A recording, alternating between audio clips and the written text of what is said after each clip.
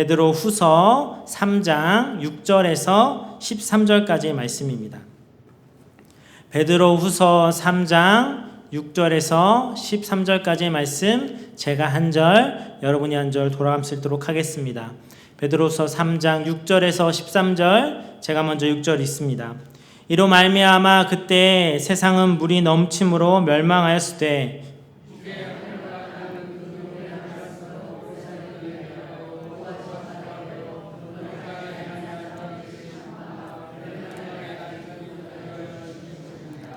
사랑하는 자들아, 죽게는 하루가 1000년 같고 1000년이 하루 같다는 이 한 가지를 잊지 말라.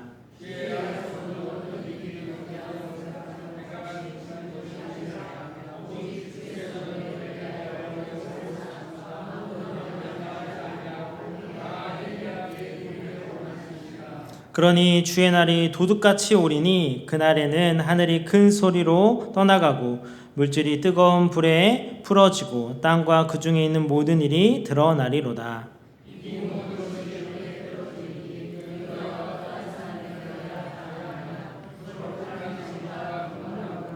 하나님의 날이 임하기를 바라보고 간절히 사모하라. 그날에 하늘이 불에 타서 풀어지고 물질이 뜨거운 불에 녹아지려니와 우리는 그의 약속대로 의가 있는 곳인 새하늘과 새 땅을 바라보는도다. 아멘. 오늘 이 말씀 가지고 재림을 소망하는 자들이란 제목으로 함께 은혜의 말씀을 나누겠습니다. 우린 살아가면서 늘 기다림을 경험합니다.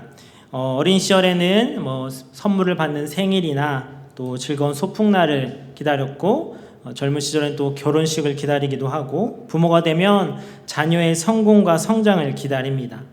또 병원에서 검사 결과를 기다리기도 하고, 군대에 간 자녀가 돌아오기를 기다리기도 하고, 또 오랫동안 떨어져 있던 가족과의 만남을 명절마다 기다리기도 합니다. 기다림이처럼 단순히 시간을 보내는 것이 아닙니다. 무엇을 기대하고 있느냐에 따라서 기다림의 모습은 달라집니다. 좋은 소식을 기다리는 사람은 설레인 마음으로 기다리고, 두려운 소식을 기다리는 사람은 불안한 마음으로 기다립니다. 근데 어찌됐든 기다림에는 결국 끝이 있습니다. 요즘은 택배가 워낙 잘 되어 있어서 새벽 배송도 받고 하루 이틀 당일 배송도 받습니다.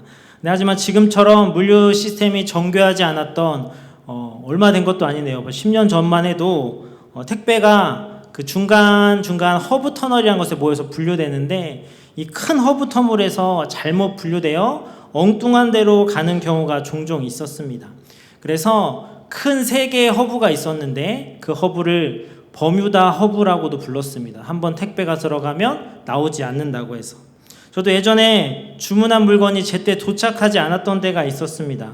배송 주회를 해보니까 용인으로 와야 되는데 부산으로 가 있더라고요. 그래서 다음엔 오겠지 했더니 다시 대구를 갔다가 또 서울도 갔다가 강릉도 갔다가, 거짓말처럼 마치 제 택배가 전국일 줄 아듯이 한 바퀴를 돌아서 결국 2주 걸려서 받았던 기억이 있습니다.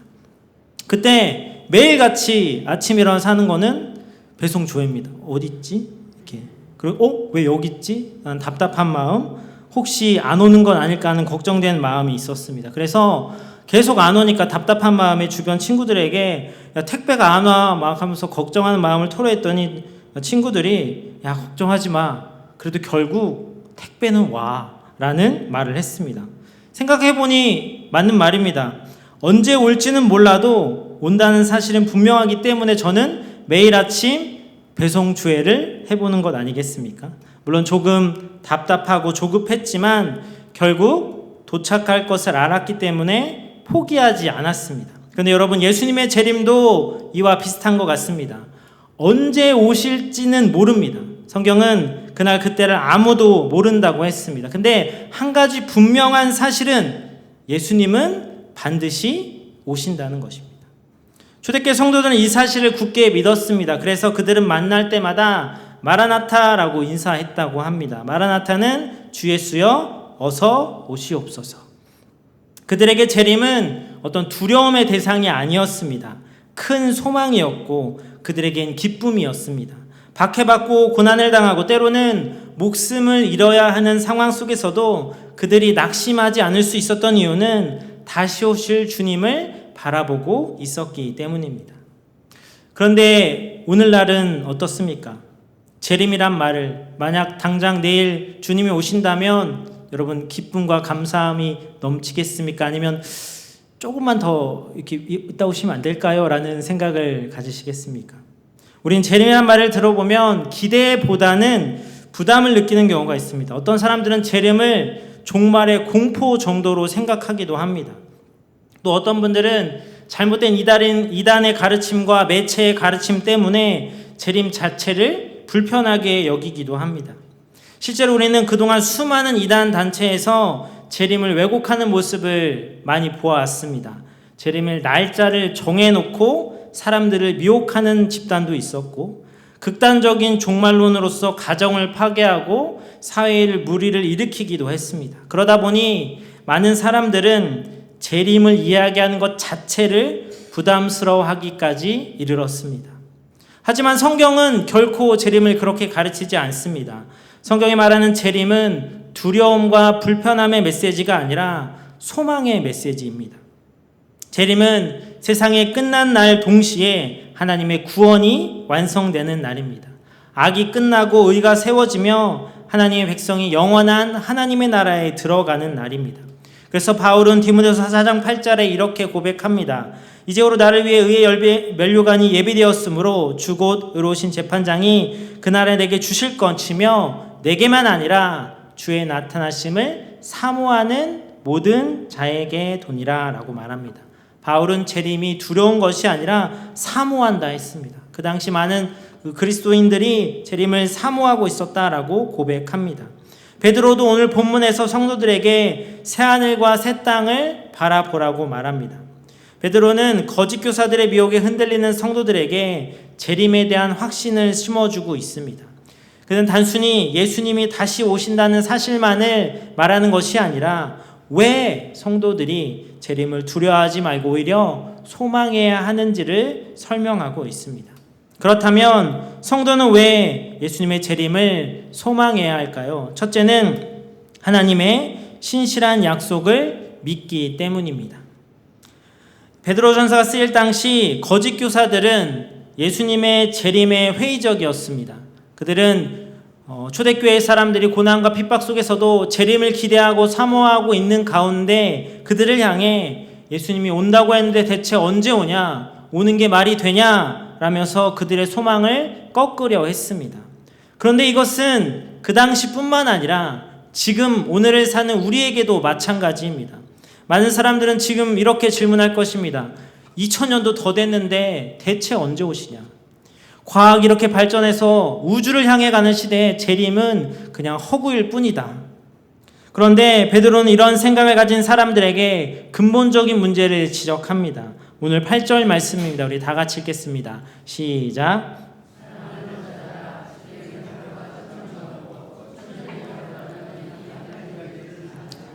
아멘. 그렇게 재림을 거부하고 재림을 의심하는 사람들은 인간의 시간 개념으로 하나님을 판단하고 있다는 것입니다. 인간에게 1000년은 상상하기 어려운 긴 기간입니다. 한 나라가 세워질 수도 있고 문명이 흥망성쇠를 가질 수 있는 시간입니다. 그러나 영원하신 하나님께는 1000년도 하루 같고 하루도 1000년 같습니다. 하나님은 시간의 흐름에 따라 늙어가시거나 기억이 희미해지는 분이 아닙니다. 하나님은 시간의 지배를 받지 않으시는 영원한 창조주이시기 때문입니다. 그런데 우리 인간은 어떻습니까? 우리는 시간이 조금만 지나도 쉽게 잃어버립니다. 젊은 시절의 결심도 잊어버리고 친구와 한 약속도 잃어버리고 때로는 자신이 한 말조차 잃어버리고 살아갑니다. 그러나 하나님은 다르다고 분명히 말씀합니다. 민수기 23장 19절 말씀입니다. 우리 다 같이 읽겠습니다. 시작. 하나님은 사람이 아니시니 거짓말을 하지 않으시고 인생이 아니시니 후회가 없으시도다. 어찌 그 말씀한 바를 행하지 아니하시며 하신 말씀을 실행하지 않으시랴. 아멘. 이 신실하신 하나님은 말씀하신 것을 반드시 이루십니다. 구약 성경에 수백 년 동안 메시아의 오심을 예언했습니다. 베들레헴에서 태어나실 것을, 동정녀에서 태어나실 것을, 십자가에서 죽으실 것을, 그리고 부활하실 것까지 모두 약속하셨습니다. 그리고 하나님은 그 약속대로 정확하게 이루셨습니다. 초림의 약속을 지키신 예수님께서 재림의 약속을 지키시지 않으시겠습니까? 세상은 변하고 사람도 변하고 시대도 변하지만 하나님의 말씀은 변하지 않습니다. 그래서 재림은 막연한 기대나 종교적인 상상이 아닙니다. 하나님의 확실한 약속입니다. 그리고 하나님은 반드시 그 약속을 지키십니다. 그런데 우리가 여기서 놓지 말아야 할 중요한 사실이 있습니다. 이렇게 재림이 더뎌지는 이유입니다. 오늘 9절은 그 이유를 이렇게 말씀합니다. 다 같이 읽겠습니다. 시작. 주의 약속은 어떤 이들에게 더디다고 생각하는 것 같이 더딘 것이 아니라 오직 주께서는 너희를 대하여 오래 참으사 아무도 멸망하지 아니하고 다 회개하게 이르기를 원하시느니라. 아멘. 하나님이 능력이 없어서 기다리시는 것이 아닙니다. 약속을 잃어버리셔서 기다리시는 것도 아닙니다. 사랑 때문에 기다리고 계시는 것입니다. 하나님은 지금도 한 영혼이라도 더 구원하기 위해 참고 기다리시는 것입니다. 한 사람이라도 더 회개하고 돌아오기를 원하시기에 인내하고 계신 것입니다. 우리는 종종 악해져가는 세상을 보며 왜 주님은 이 악한 세상을 빨리 오셔서 정하지 않는가 묻습니다. 불의가 승리하는 것 같고 악인이 형통하는 것 같고 믿음으로 사는 사람이 손해보는 것처럼 보일 때가 많습니다. 그래서 때로는 빨리 주님이 오셔서 심판이 이루어지기를 바랄 때도 있습니다. 그러나 하나님은 우리가 그 가운데 미처 보지 못한 영혼을 보고 계십니다.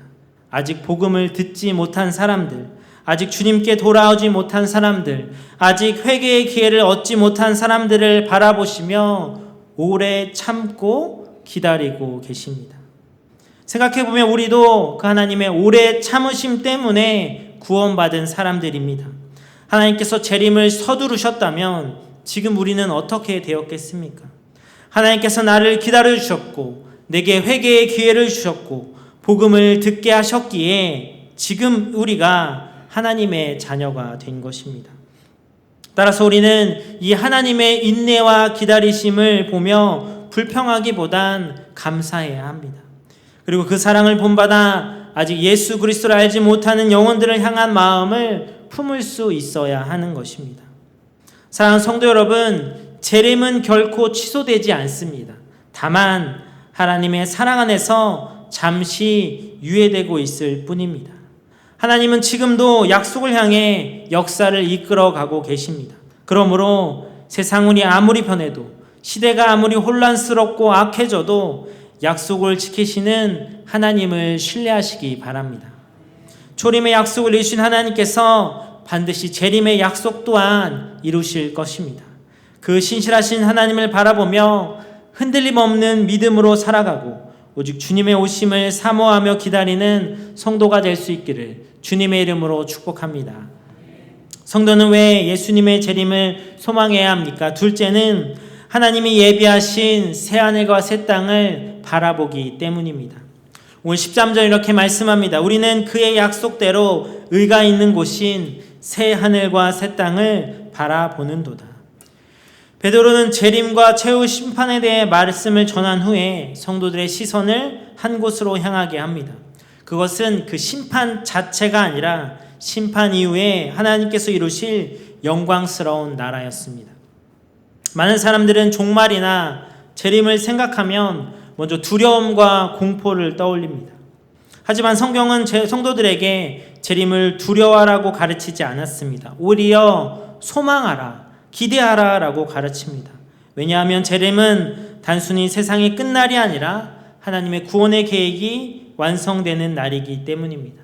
그래서 13절에 보면 베드로는 우리는 그의 약속대로라고 말씀합니다. 여기서 중요한 것은 약속대로라는 표현입니다. 새 하늘과 새 땅은 인간의 상상이나 희망사항이 아니라 하나님께서 친히 약속하신 미래라는 것입니다. 이사야 선지자는 오래전에 하나님께서 이 새 하늘과 새 땅을 창조하실 것을 예언했습니다. 이사야 65장 17절에 보면 보라 내가 새 하늘과 새 땅을 창조하나니 이전 것은 기억되거나 마음에 생각나지 아니할 것이라 라고 분명히 말씀합니다.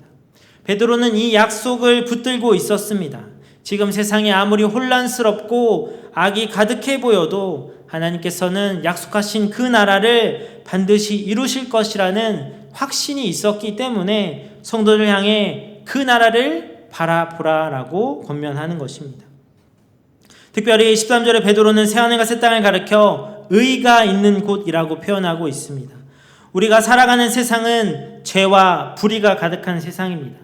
정의가 무너진 것을 보고 정직한 사람이 손해보고 악한 사람이 형통하는 것처럼 보이는 그런 세상에 살고 있습니다. 거짓과 탐욕과 미움과 폭력과 죄악이 가득한 세상. 아무리 좋은 제도와 법이 만들어진다 해도 완전한 정의는 이루어지지 않습니다.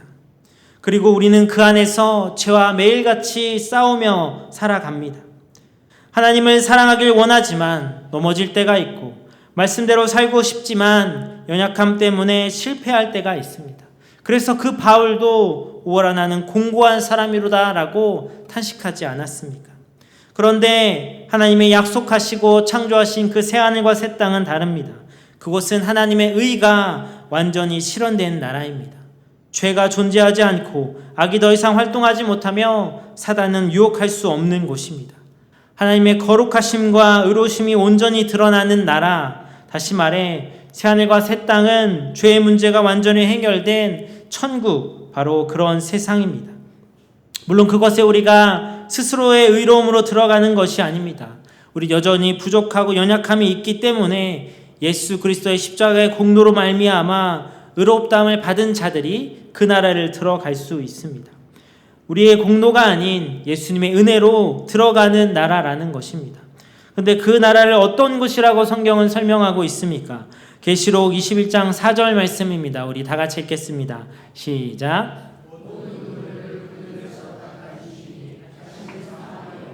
애통하는 것이나 곡하는 것이나 아픈 것이 다시 있지 아니하리니. 아멘. 이 말씀은 단순히 고통 없는 세상만을 의미하지 않습니다. 인간을 괴롭히던 모든 죄의 결과가 완전히 제거된 상태를 의미합니다. 얼마나 놀라운 약속입니다. 성도들이 재림을 사모하는 이유는 단순히 지금의 고난을 벗어나고 싶어서가 아닙니다. 하나님께서 준비하신 완전한 회복과 영광의 나라에 들어가기 때문입니다. 예수님은 요한복음 14절에 이것을 예비하러 간다고 분명히 말씀하고 있습니다. 그리고 다시 와서 함께 하실 것이라고 말씀하고 있습니다.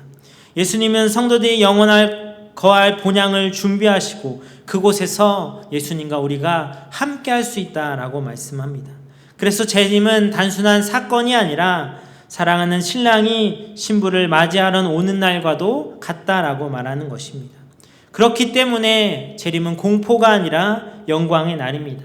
불신자들에게는 심판의 날이지만 우리에게는 기쁨과 구원의 완성의 날이 되는 것입니다. 그렇다면 우리는 과연 무엇을 보며 살아가고 있습니까? 세상의 형편만을 바라보면 낙심할 수밖에 없습니다. 그러나 하나님께서 약속하신 이 새하늘과 새 땅을 바라본다면, 그 영원한 날을 바라본다면 우리는 온전히 어떤 상황 가운데서도 담대히 믿음의 길을 걸어가게 될 줄로 믿습니다. 언젠가 주님께서는 다시 오실 것입니다. 그날 우리는 모든 눈물이 그치는 그곳으로 들어가게 될 것입니다. 죄와 싸움이 끝나고 고통과 사망이 사라지며 사랑하는 주님과 영원히 함께하게 될 것입니다. 그러므로 이 땅의 나그네의 길을 걸어가는 동안 낙심하고 이 세상의 욕망에 사로잡히지 말고 하나님이 예비하신 새하늘과 새 땅을 바라보며 믿음으로 살아가는 저와 여러분 될 수 있기를 주님의 이름으로 축복합니다. 마지막으로 성도는 왜 예수의 재림을 소망해야 할까요? 셋째는 하나님의 완전한 공의가 이루어질 것을 믿기 때문입니다. 우리는 세상을 살아가며 믿음을 지키기 위해 손해보는 일들을 만나게 됩니다. 불의한 방법으로 성공한 사람을 보며 억울할 때도 있습니다. 진실보다 거짓이 더 힘을 얻는 것 같고 선보다 악이 더 강해 보일 때도 있습니다. 그럴 때 특별히 더욱 믿음으로 살려고 결단할 때마다 왜 저 악한 자들이 잘 될까? 왜 하나님은 침묵하실까라는 그런 마음 앞에 무너질 때가 있습니다. 이런 질문은 오늘날만이 아니라 성경의 시대에 믿음의 사람들도 같은 고민을 했습니다. 시편 기자는 악인의 형통함을 보며 흔들렸고, 하박국 선지자는 왜 하나님께서 악인을 그대로 두신지를 질문했습니다. 예레미야도 악인의 길이 형통한 일이 무엇이냐고 탄식하며 하나님께 따지기도 했습니다. 그러나 오늘 베드로는 우리에게 중요한 사실을 가르쳐 줍니다. 하나님은 침묵하며 아무것도 하지 않고 계시는 것이 아니라 다만 하나님의 때를 참고 기다리실 뿐이라는 것입니다. 7절에 보면 경건하지 아니한 사람들의 심판과 멸망의 날까지 보존하여 두신 것이니라 라고 말씀합니다. 지금 세상이 계속 유지되고 있는 이는 어찌어찌 우연히 된 것이 아니라는 것입니다. 하나님께서 붙들고 계시기 때문에 존재하고 있다는 것입니다. 세상 사람들은 세상이 영원히 계속될 것처럼 살아갑니다. 과학이 발전하고 문명이 발전하면서 인간은 스스로 모든 것을 통제할 수 있다고, 세상마저 통제할 수 있다고 착각합니다.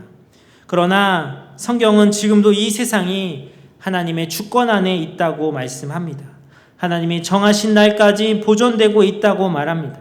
다시 말해 이 세상의 주인, 역사의 주인은 인간이 아니라 하나님이라고 말씀합니다. 노아 시대에도 심판을 믿지 않았습니다. 노아가 수십 년 동안 사람들에게 심판을 경고했지만 아무도 듣지 않았습니다.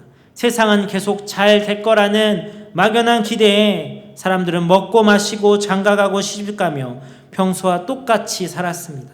그런데 어찌 되었습니까? 결국 심판은 왔습니다. 베드로는 그 사실을 상기시키며 마지막 심판도 반드시 올 거라고 말합니다. 그럼 10절에 우리에게 이렇게 경고합니다. 다 같이 읽겠습니다. 시작.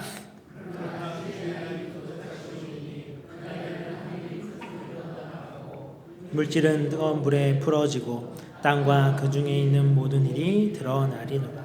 아멘. 그 주의 날이 도둑같이 온다라고 말씀합니다. 도둑이 언제 오는지 아십니까? 안다면 도둑이 아니라 손님이겠죠. 도둑은 언제 온지 아무도 모르는 것처럼 재림의 날도 아무도 모릅니다. 그래서 날짜를 안다는 사람은 다 거짓말쟁이입니다. 예수님도 분명히 말씀하셨습니다. 마태복음 24장 36절에 그러나 그날과 그때는 아무도 모르나니 하늘의 천사들도 아들도 모르고 오직 아버지만 아신다라고 말씀합니다. 그래서 우리가 여기서 중요하게 생각할 것은 언제 오시냐에 우리가 집중해서는 안 된다는 것입니다. 중요한 것은 날짜가 아닙니다. 중요한 것은 반드시 오신다는 사실입니다. 하나님 마지막 날에 모든 악을 심판하실 것입니다. 억울함을 끝나게 하실 것입니다. 눈물도 닦아주실 것입니다. 죄도 제거하고 사탄의 역사도 끝내실 것입니다. 그리고 하나님의 공의를 완전하게 세우실 것입니다. 이것이 성도들에게 재림이 소망인 이유입니다. 우리는 지금 모든 것이 공평하게 보상받는 세상을 살고 있지는 않습니다. 그러나 마지막 날에는 하나님의 정의가 완전히 실현될 것입니다. 그래서 우리는 악인의 형통함을 보며 낙심하지 않습니다. 세상의 불의를 보며 절망하지 않습니다. 당장의 눈앞의 결과만 보고 흔들리지 않습니다. 왜냐하면 역사의 마지막 장을 지금도 하나님은 쓰고 계시기 때문입니다. 그렇기에 우리를 앞에 답답하게 하고 마음을 무너지게 하는 불의와 오히려 어려움과 고난 가운데 있을 때, 선행을 해야 하는데도 오해받을 때, 그럴 때마다 하나님의 공의를 기억하시기 바랍니다. 하나님은 결코 불의를 외면치 않으시고 하나님 모든 것을 다 보고 계십니다. 그리고 하나님은 가장 완전한 때, 가장 완전한 방법으로 반드시 심판하실 것입니다. 그러므로 우리가 해야 할 일은 악을 악으로 갚는 것이 아닙니다. 억울함 때문에 복수하려는 것도 아닙니다. 이 모든 것들은, 이 모든 심판은 하나님께 맡기고 우리는 끝까지 믿음의 길을 걸어가야 하는 것입니다. 또한 재림의 날이 반드시 온다는 사실을 기억하며 오늘을 주님 안에서 믿음으로 담대히 최선을 다해 살아가야 하는 것입니다. 내 삶의 모든 순간이 하나님 앞에 있다는 사실을 기억하며 주님께서 오늘 오셔도 부끄럽지 않는 삶, 주님께서 지금 나를 부르셔도 후회 없는 삶, 하나님 앞에 정직하고 거룩한 삶을 살아가시길 바랍니다.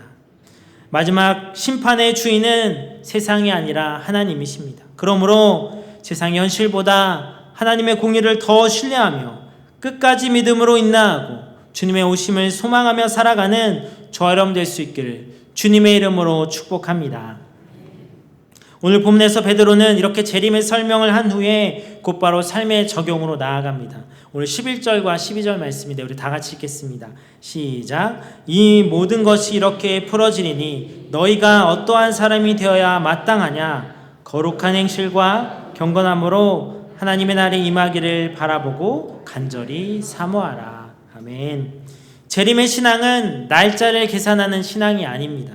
재림의 신앙은 오늘을 거룩하게 살아가는 신앙입니다. 성경에서 말하는 종말의 준비는 산속에 들어가고 물품 미리 사놓고 그렇게 피하는 것이 아닙니다. 직장을 버리는 것도 아닙니다. 가정을 포기하는 것도 아닙니다. 하나님이 맡기신 삶의 자리에서 부르시는 그날까지 충성되이 청지기로서 살아가는 것입니다. 가정에서 하나님을 섬기고 직장에서 정직하게 일하고 사업장에서 신앙의 양심을 지키고 이웃을 사랑하며 교회를 섬기며 매일 말씀에 순종하는 삶을 살아가는 것이 바로 종말을 기다리는 재림을 신앙하는 바로 신앙인 것입니다. 그렇기 때문에 재림을 기다리고 재림을 소망하는 자들은 특별한 사람이 아닙니다. 평범한 일상을 하나님 앞에 살아가는 사람입니다. 주님이 오늘 오셔도 부끄럽지 않도록 주님이 내일 오셔도 기쁨으로 맞이할 수 있도록 경건함과 거룩함으로 하루하루를 최선을 다해 살아가는 사람입니다. 사랑하는 성도 여러분, 그러기에 재림은 두려운 소식이 아닙니다. 약속을 지키시는 하나님이 계시기에 우리를 위해 예비하신 새하늘과 새 땅이 있기에 마침내 하나님의 공의가 완성될 것이기에 우리는 예수님의 재림을 기쁨으로 기다려야 할 줄로 믿습니다. 그리고 그날까지 하나님께서 맡기신 삶의 자리에서 충성되이 살아가며 거룩함과 경건함으로 주님 오심을 준비하고 소망하고 사모하는 삶을 살아가는 저와 여러분 될 수 있기를 주님의 이름으로 축복합니다. 기도하겠습니다.